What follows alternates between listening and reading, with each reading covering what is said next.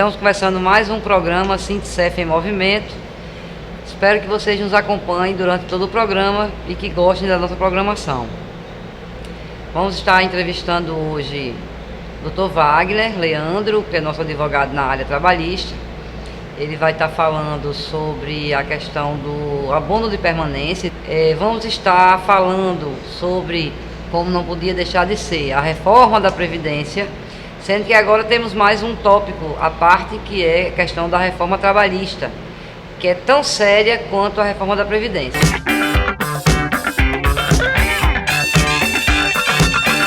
Estamos aqui com o Dr. Wagner Leandro. Bom dia, Dr. Wagner. Bom dia. Obrigado por ter vindo mais uma vez para o nosso programa. Hoje nós vamos estar falando sobre o tal do abono de permanência, né?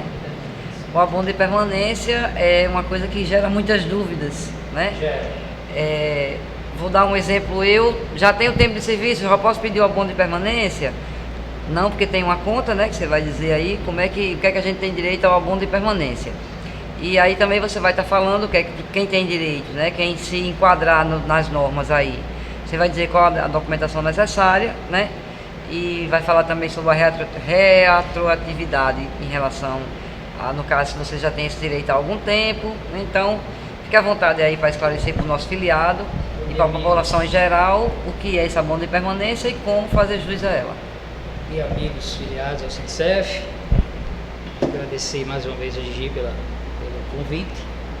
O abono de permanência é simples. Ele foi instituído pela emenda constitucional número 41 de 2003 e ela é um reembolso da Previdência, do pagamento da Previdência. Nada mais é do que um reembolso da Previdência. É como se fosse um incentivo que o servidor público federal tem para permanecer trabalhando na atividade. Ele preenche os requisitos da aposentadoria.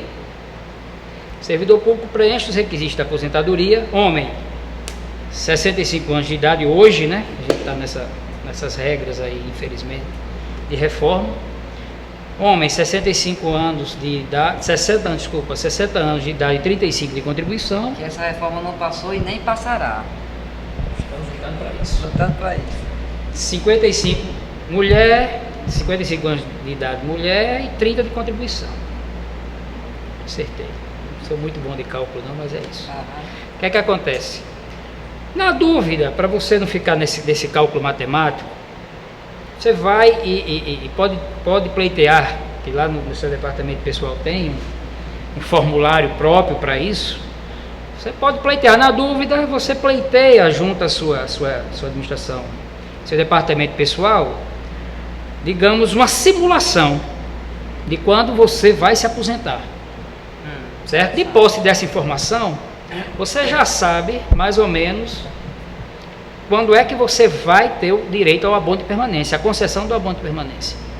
Então, o abono de permanência seria um incentivo, como eu já falei no início, que o governo federal ele concede aos servidores que permanecem na ativa e continuar trabalhando. Na prática, você preencheu os requisitos da aposentadoria, você opta em permanecer trabalhando, você tem a opção de se aposentar.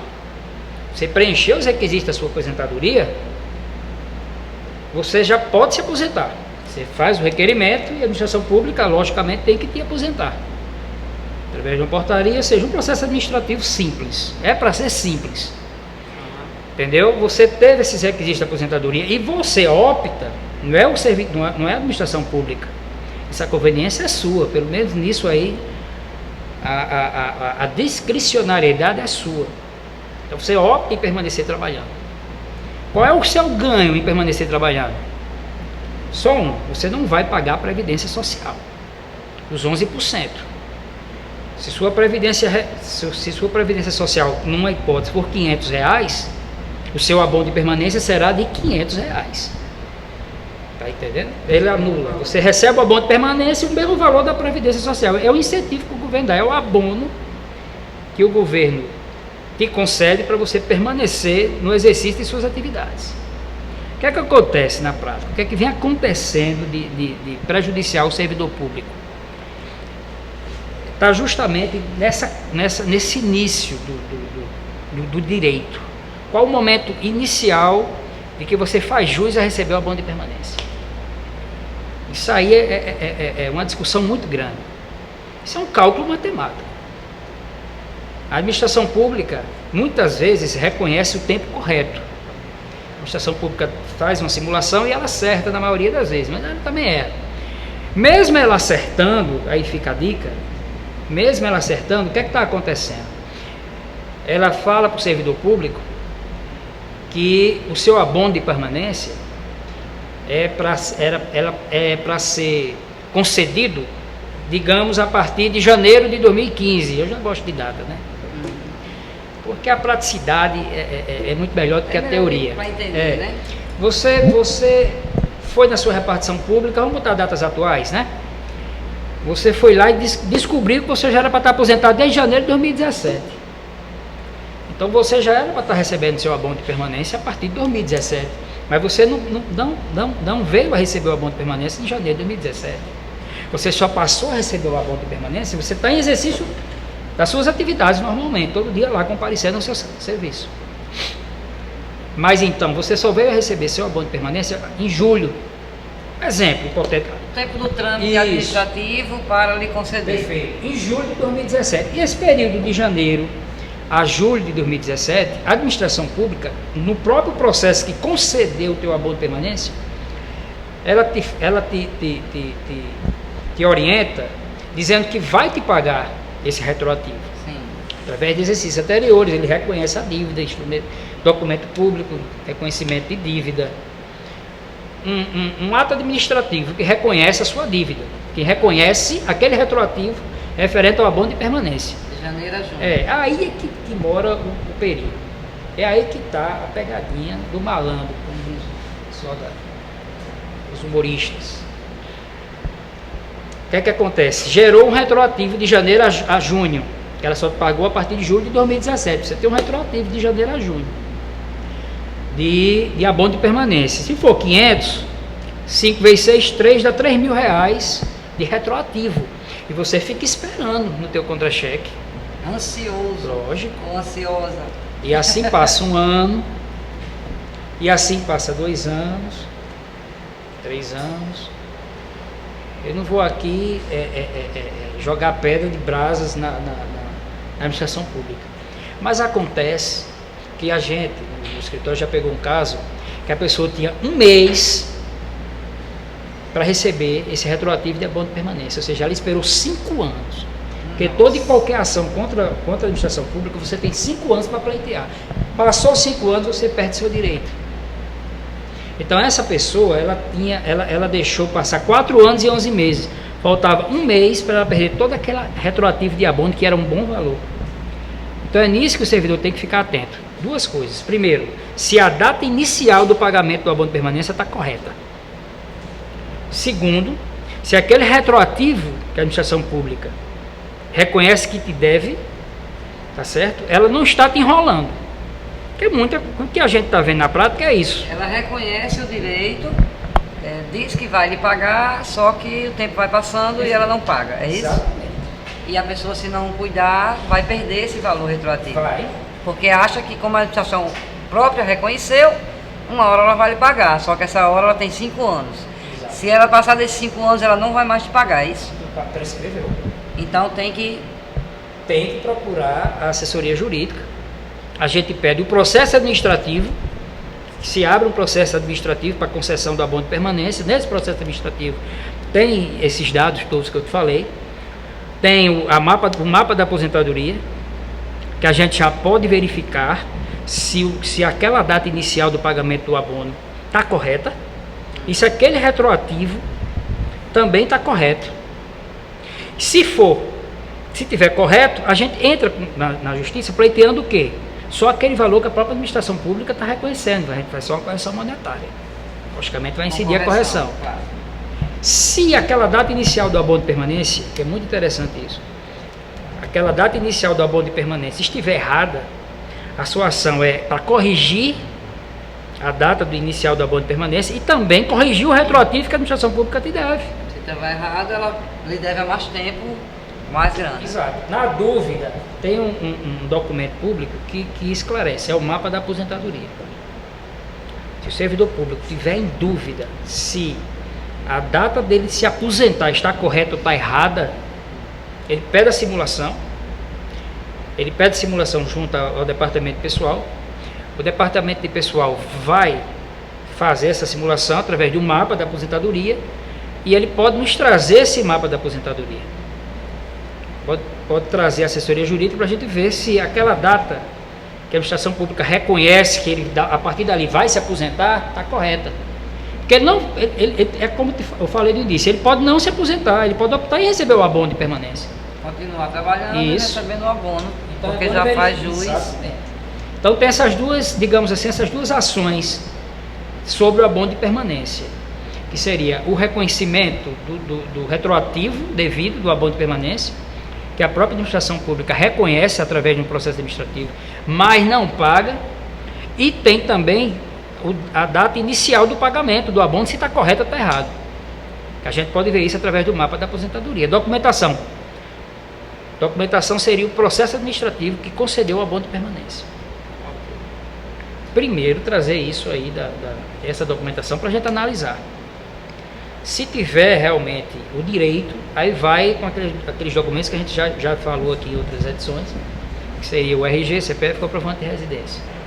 Continuamos no próximo programa com o Dr. Wagner, porque dentro desse tema também tem uma novidade aí, uma inovação, que ele vai estar falando ainda sobre abono de permanência, que é em relação à questão do tempo especial, né? Quem recebe insalubridade ou periculosidade durante 25 anos.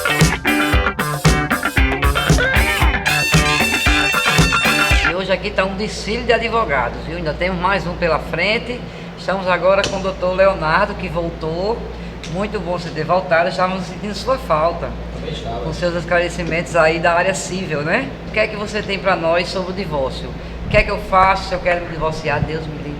Mas o que é que eu faço se eu quero me divorciar? Qual o primeiro passo? O que é que eu tenho que reunir de documentos?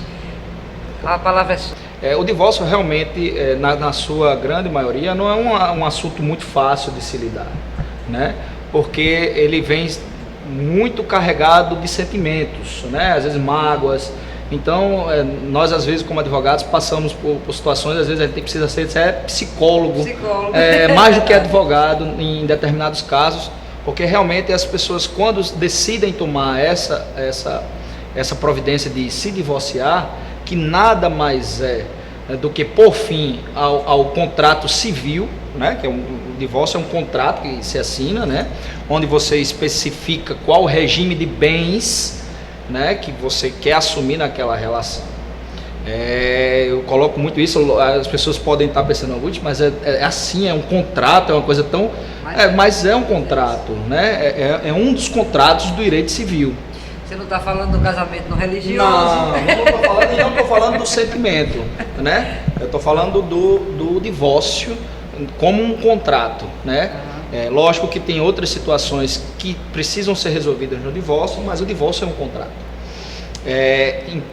Então, assim, existem certas situações que precisam ser, quando o casal efetivamente resolve se divorciar, ele precisa ser observado. O primeiro fato que nós temos aqui, que nós somos procurados aqui, eu pergunto ao servidor se há possibilidade, porque existem dois tipos de divórcio.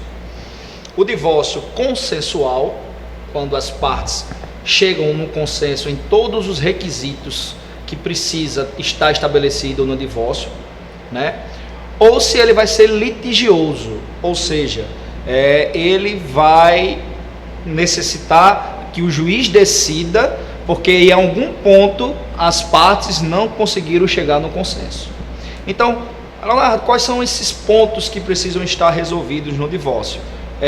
Existem, para se dissolver o casamento no divórcio, você precisa ver como é que vai se dar a divisão dos bens, se foi amealhado algum patrimônio durante o casamento. Óbvio também que primeiro você terá que observar em que regime de comunhão você e o seu cônjuge contraíram o matrimônio, né? Porque dependendo do regime vai tem a necessidade de dividir o patrimônio ou não tem necessidade.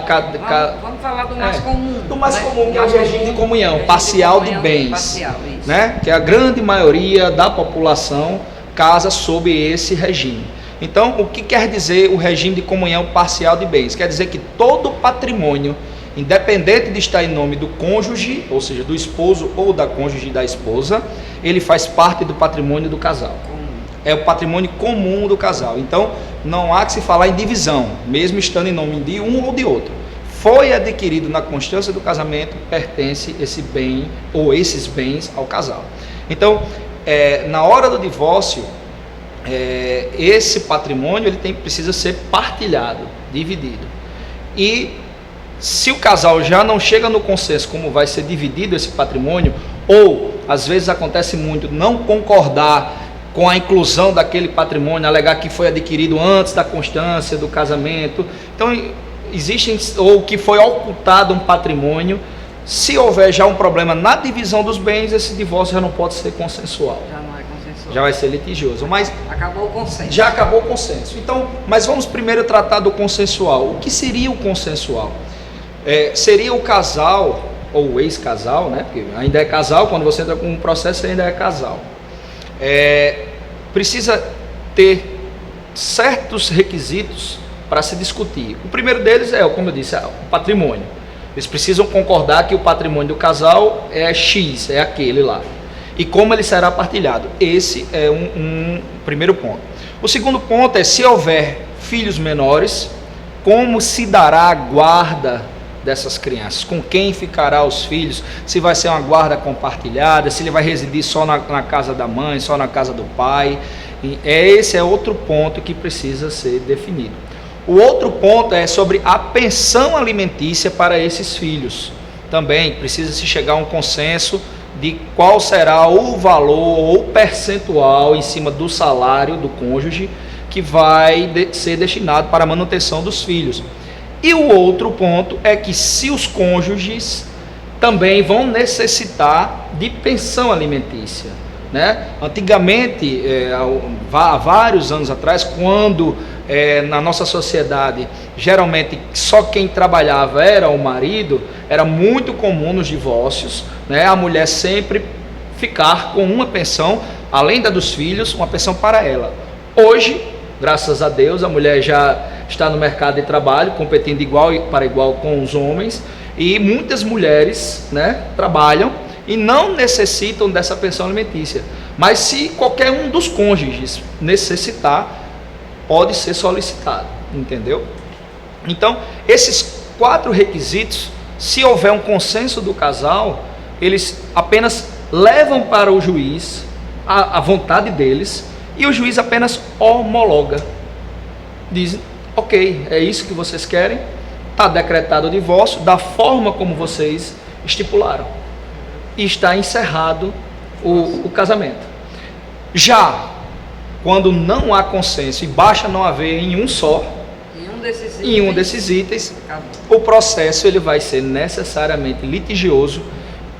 Quais as consequências disso? É um processo mais demorado, mais desgastante psicologicamente para os cônjuges, né? Aí você interfere na situação dos filhos. Quer dizer, eu sempre aconselho a conversa, lógico, na medida do possível, entre o casal, para que se entre com um divórcio consensual. Mas se não for possível, infelizmente, não tem como ser diferente, é só o divórcio litigioso. Doutor Leonardo, muito obrigada. Mais uma vez aí, utilidade pública, né? Eu acho que serviu aí para bastante pessoas tirar essas dúvidas e tal. Então, muito obrigada, e a gente volta no próximo programa com Vossa Senhoria novamente.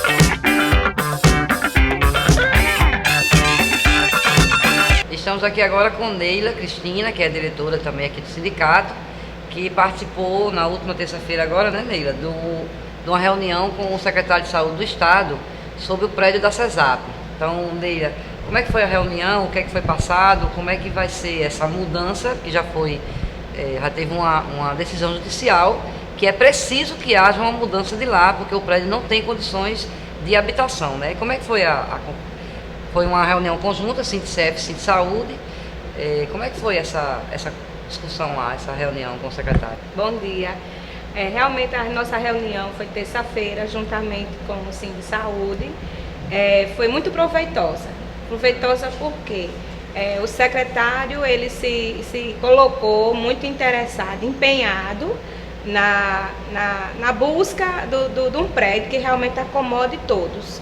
Mas assim, uma notícia que eu posso dizer que não foi muito boa, porque realmente ele foi e procurou o juiz que decretou a desocupação do prédio, na interdição, pediu mais um prazo.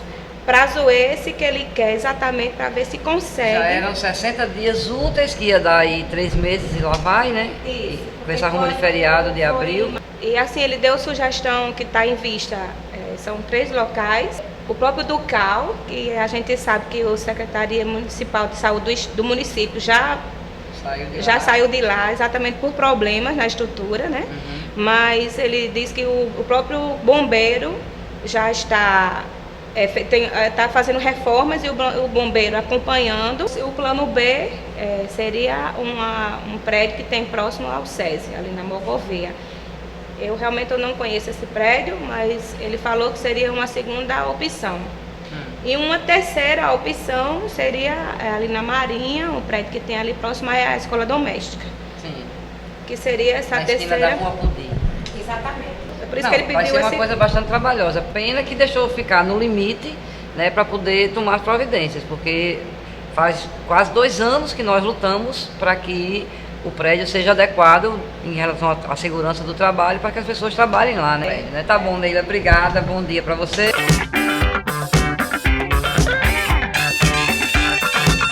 Estamos aqui agora com o Valério, né? Vamos falar um pouco sobre a reforma da Previdência.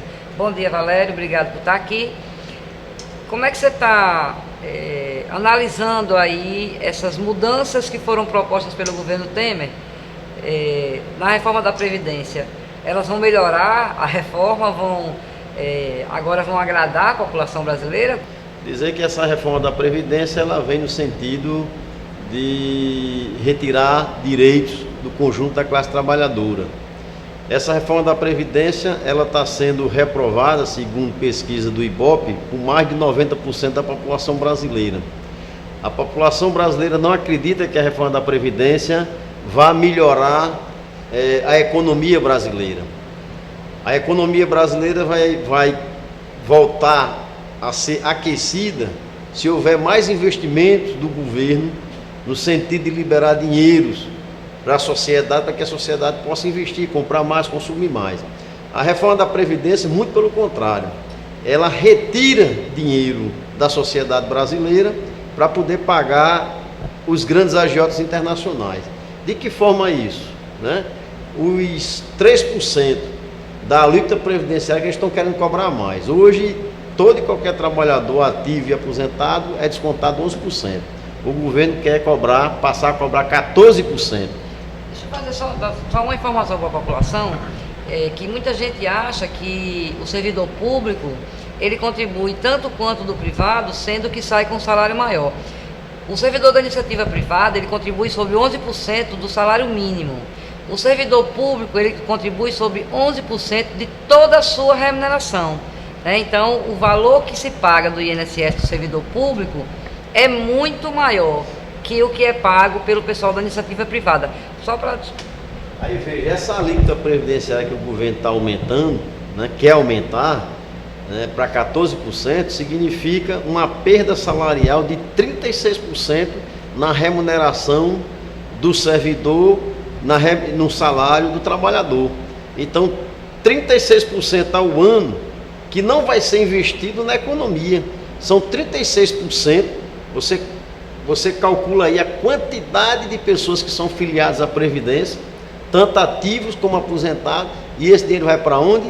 Vai para pagar a agiotagem internacional, vai para pagar a dívida pública interna e externa do Brasil. Então, esse aumento da alíquota previdenciária é um massacre, né? Esse aumento da alíquota previdenciária vai no sentido contrário de aquecer a economia, né? E mais, o governo quer aumentar para 49 anos o tempo de contribuição, 65 anos de idade. Está baixando para 40, isso muda alguma coisa? 49 era impossível, 40... chega a ser possível, mas resolve alguma coisa? Está propondo baixar para 40, que é para que isso é um balão de ensaio, para que a população não vá às ruas, porque ele sabe que dia 28 vai ter mobilizações. Então ele tem que criar dificuldades para essa mobilização não ser um sucesso. Então ele procura exatamente confundir a opinião pública para que as pessoas, não, agora não vai ser mais daquele jeito, agora ele vai amenizar na reforma da Previdência. Não é verdade. Nós não podemos baixar a guarda. Temos que ficar vigilantes. A base do governo está dividida. E está dividida por quê? Porque está sofrendo pressão da população. A população está dizendo o seguinte: se você votar a favor da reforma da Previdência, você não volta mais para a Câmara Federal. Você não se reelege. E isso está pesando, como diz aqui esse adesivo de carro, né? Muito inclusive sugestivo, tem até um pé na bunda, né? O deputado que votar a favor da reforma da Previdência vai levar um pé na bunda. Se votar, certo? Não vai voltar. Se votar, não vai votar. Inclusive, tem adesivo desse disponível aqui no sindicato para que os filiados e filiados possam vir pegar e colocar nos seus carros para ajudar na campanha contra a reforma da Previdência. Ok? Ok, só mais uma coisa, nessas medidas novas que o governo apresentou, de mudanças na reforma, eu vou usar um termo chula, mas que é o que figura mesmo isso. Ele vai lascar de vez o servidor público, né? Ele está tirando aquela linha divisória que tinha de mulher acima de 45 e homem acima de 50, de pagar um pedágio. Ele tira isso e joga todo mundo aí para 65 anos. É um governo que não tem nenhum compromisso com a população brasileira. Sabe o que eles estão dizendo? Que a mulher não vai precisar trabalhar até os 65 anos, vai precisar trabalhar até os 62 anos. Oh. É uma esmola, como é que ele poderia dizer? O governo está dando o quê? Né? Está dando um consolo para as mulheres, porque são mulheres e elas foram lá, fizeram uma reunião com o relator do projeto da reforma da Previdência e eles se sentiram sensibilizados e disseram, não, você não vai se aposentar mais com 65, vai ser 62 anos. Imagina aí, quer dizer, o projeto da reforma da Previdência continua, certo? E piorou, porque como você fala aí, as mulheres com 45, que não seria, e os homens com 50, que não seriam atingidos, vamos dizer assim, na totalidade da reforma da Previdência. Pedágio, né? A regra de transição. Quer dizer, não tem regra de transição, certo? Não tem regra de transição, então você vai ter que trabalhar até os 62, ou seja, piorou. Então, portanto, dia 28, Dia Nacional de Paralisação contra a Reforma da Previdência, certo?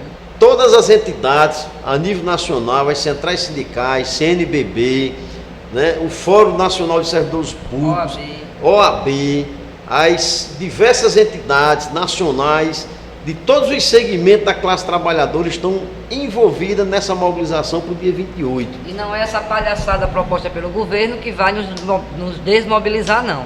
Vamos estar todos na rua no dia 28. Todos nas ruas, greve geral, e vamos derrotar de uma vez por todas esse projeto da reforma da Previdência, desse governo ilegítimo, desse governo corrupto e desse Congresso que também não tem legitimidade nem moral, né, para aprovar qualquer reforma que venha retirar direito da classe trabalhadora.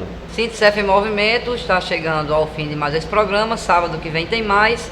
Lembrando que se alguém perdeu o programa, né, se alguém não conseguiu assistir por algum motivo, vai estar disponibilizado aí através do YouTube. Vai estar na página do sindicato, no Facebook e também nas nossas redes sociais. Até sábado que vem.